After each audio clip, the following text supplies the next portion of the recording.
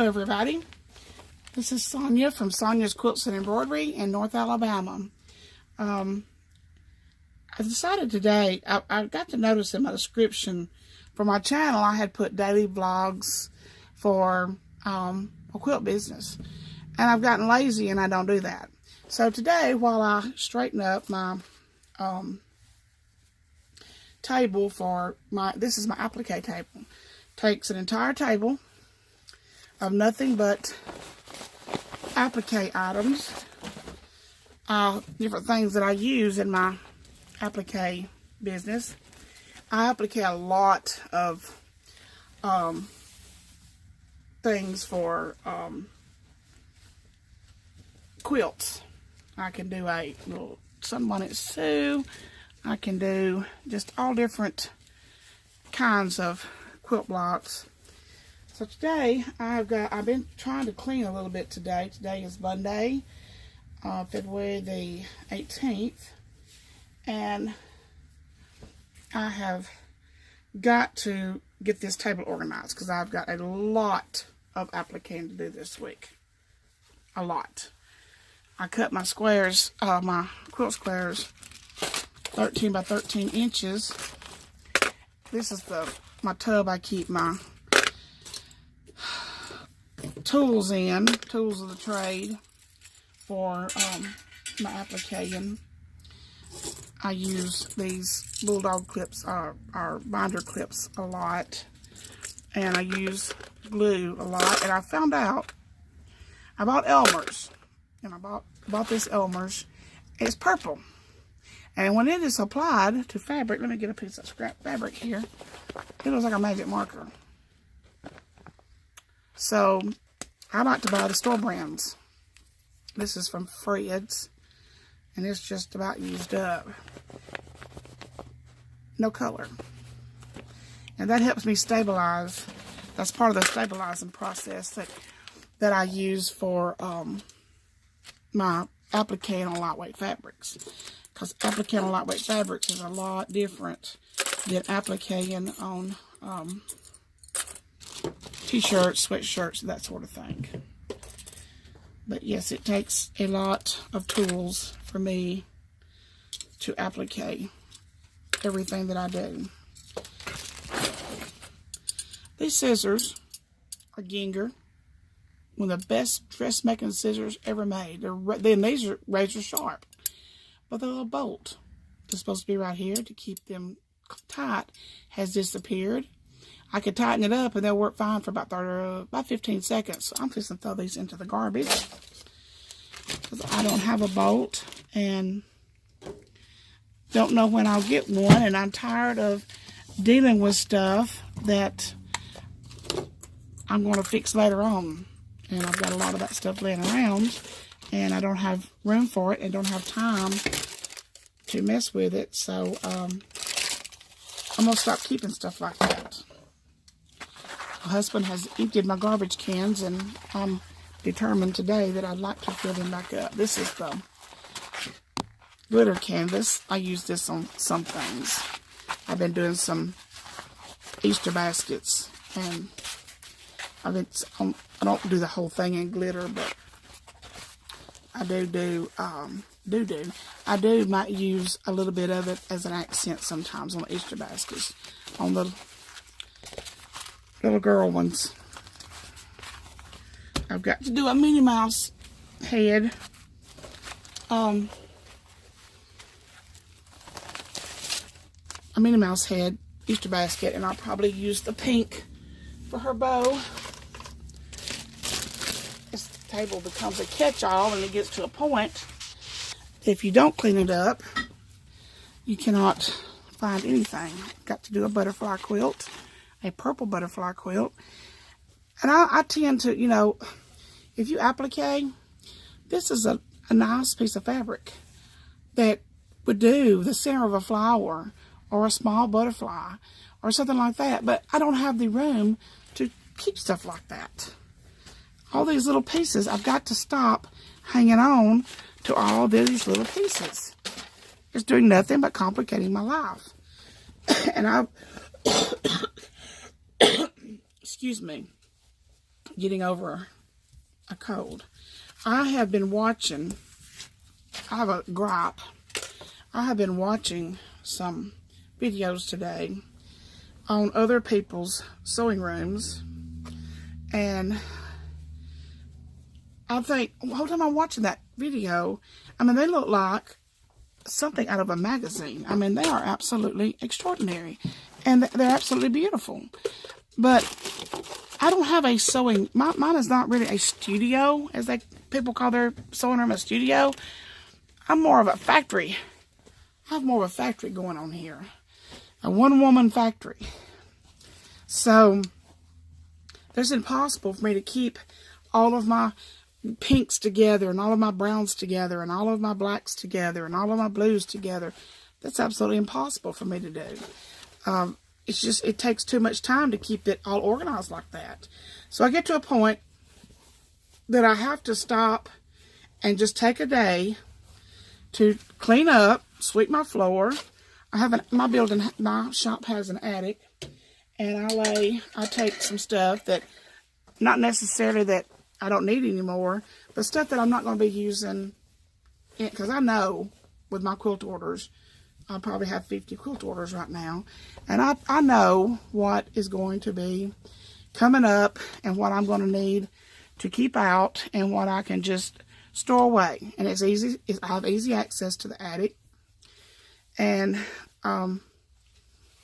it's not a problem for me to get up there and drag it back down. And I have gotten so many t-shirt quilt orders at times that I've had to go up on the step ladder. I need a set of stairs, but get up on the step ladder and just set some of the boxes up there that come in the mail from all these t-shirt quilts, because I get to where I can't even walk in here. So it's kind of smothering. So I will set things up there and get them out of my way. I know where they are. I know exactly where I put them, so I can find them another day. Last year, I made 373 quilts. Not one of those quilts were for me or my family. All of those quilts were for my customers.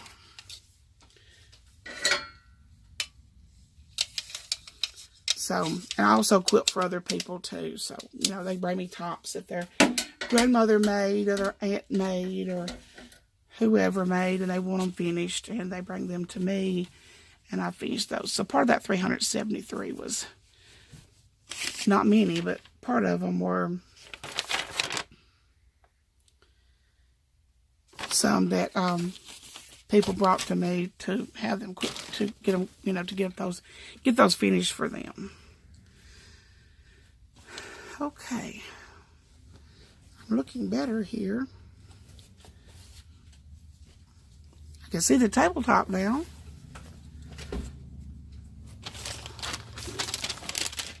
But back to what I was griping about a while ago. These women that build these sewing studios, and they're gorgeous. I mean, they are like, I mean, they'll make you drool. They're gorgeous. They're not realistic.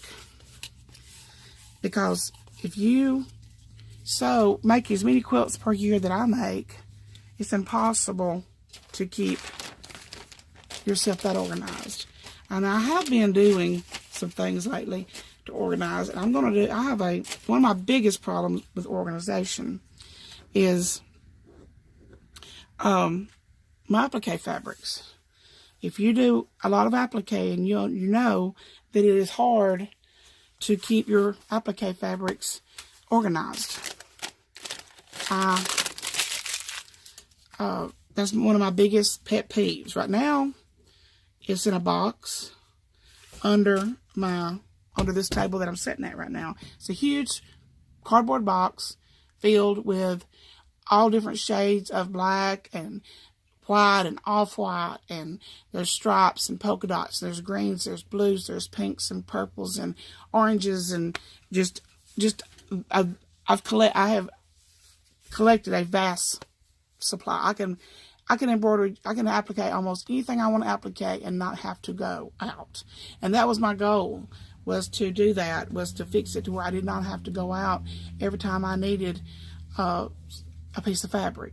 Right now, I've been doing some, had a lot of people order the Easter baskets from me. And I did it, the last video I did, I believe, was how to make those Easter baskets. But I've had a lot of those ordered, probably about 12 ordered. And I know basically the fabrics that I'm going to use for those Easter baskets. So I made a little fabric basket the other day so that it will hold all of the fabrics that I'm going to be using right now for the Easter baskets. So I'm going to go through this stack that I just stacked up here and put all of these that can be used for Easter baskets in this little basket so that I can get these. I'll know where these are. Let's see. I've used this on an Easter basket too. So these are all of my applique fabrics, all nice and neat in this basket that I will need for my Easter baskets. And when Easter is done, and when I've made my last Easter basket for this year, I'll just move this back over to one of the shelves and bring out the summer, the patriotic, the 4th of July, and the summer beach towel, even the fabrics that I would use for beach towels or for 4th of July shirts and quilts and whatever, and keep those all together. This is a cute little fabric, beach fabric. That side is upside down, this side is not. But I may make one that is blue or blue striped or red or whatever for my 4th of July. So, but my Christmas fabrics is a huge, extensive collection. It would take a lot bigger basket than this for just to put my Christmas fabrics in. So I'm trying to get organized. And when you look at those craft rooms on YouTube that have the beautiful cabinetry and the all their sewing machines sitting around, and there's no loose threads laying around. The floor doesn't need sweeping, and that is not realistic. I'm not saying they don't make quilts in that room. I'm just saying they don't make as 373. I'm saying that they do it as a hobby, for gifts, for maybe for a charity or something, but they are not. I'm more of a quilt factory. And so, no, I have storage spaces. I do not have cabinetry. I do not have fancy cutting tables or $300 irons. I have an industrial sewing machine that I sew on every day. And I won't do a tutorial on how about my sewing machine and all the features on it and why I use it. And I'll tell you where you can get one like it too. And also, I'm going to do a tutorial on my big problem, which is my applique fabrics. I've got an idea on how to organize all of that, where it can be easily accessible. It can be, you can find what you've got easily, and you can see before you run out exactly how much you have of that and you think you need to purchase it again. I typically buy a lot of the same fabrics over and over and over, and it's just the fabrics that I know that my customers like. It's fabrics that I like. And there's been occasion that I've had some of my favorite fabrics. I go to the fabric store and it's on clearance. So that means they don't make it anymore. And I will have to go out and buy the whole bolt, because I know I use it. I use it a lot. And at least as long as that little bit lasts that I bought, I know I'll have it that long. So, and fabrics go in and out of style just like shoes and clothes. That come in, they go out. So anyway, that's my gripe and my hack for the day on the this table strictly is applique. I mean, there are tool, well, there are some of these, but there are the glues, the binder clips, the ink pen, the Sharpie, the scissors, the applique scissors. Got one pair in here. It's not my favorite pair. They need sharpening. They're about $30, and they were good while they were sharp, but I can get these resharpened. I need to do that. But, and then I have, let me show you my shelves I have above me here. And this is where I keep fabrics that I'm using right now. Keep my glitter canvas up there, my starch, and these are just stuff that's ready to be appliqued. These are some sheets that I did a video on how to stabilize the lightweight fabrics for applique. Just sew it down with a basting stitch all the way around to keep that from rolling up. I have some of my stabilizers here. I am going to do something different with that. I'm going to make some like paper towel holders and put that on there so it's out of the way. And then on the bottom here is all of my Christmas, and this is all of my fleece that I use to make the Santa bags. And I have more fleece there. I have some Santa bags up there. And got some thread here that I need to get put away. And some things I need to throw away, and some more things I need to put into my Easter basket, because these are fabrics that I use for those. Picked them out just for those. And then, like I said, when Easter is over and when I'm done with this basket, I will keep it like it is. Just move it over to my shelf and move over patriotic and summer fabrics. I've got plenty of beach towels that I can get some that I can advertise that are ready. But anyway, this is what a real sewing room, one that produces a lot of work, looks like. This is the applique table. We have dried sticky spray on here. I need to wash all that off. And so, this is this is not for looks. This room is not for looks. This room is for working. My floor always needs sweeping. My son just recently put down hardwood in his son's room. He's been putting it in the whole house. And, well, he's putting it in right now. He's got half the house done. Right now he's putting it into the oldest son's room, which is about a 400 square foot bedroom. He's putting it down in the family room, the kitchen, and maybe one other room now, because he's already done the other end of the house. But he had the workers take up the laminate the laminate planks that were in my grandson's bedroom, and it was just enough for my shop. So I don't know when I will be able to do it, but I would like to get that laminate put down, because that would be a lot easier to sweep than what I have on the floor right now.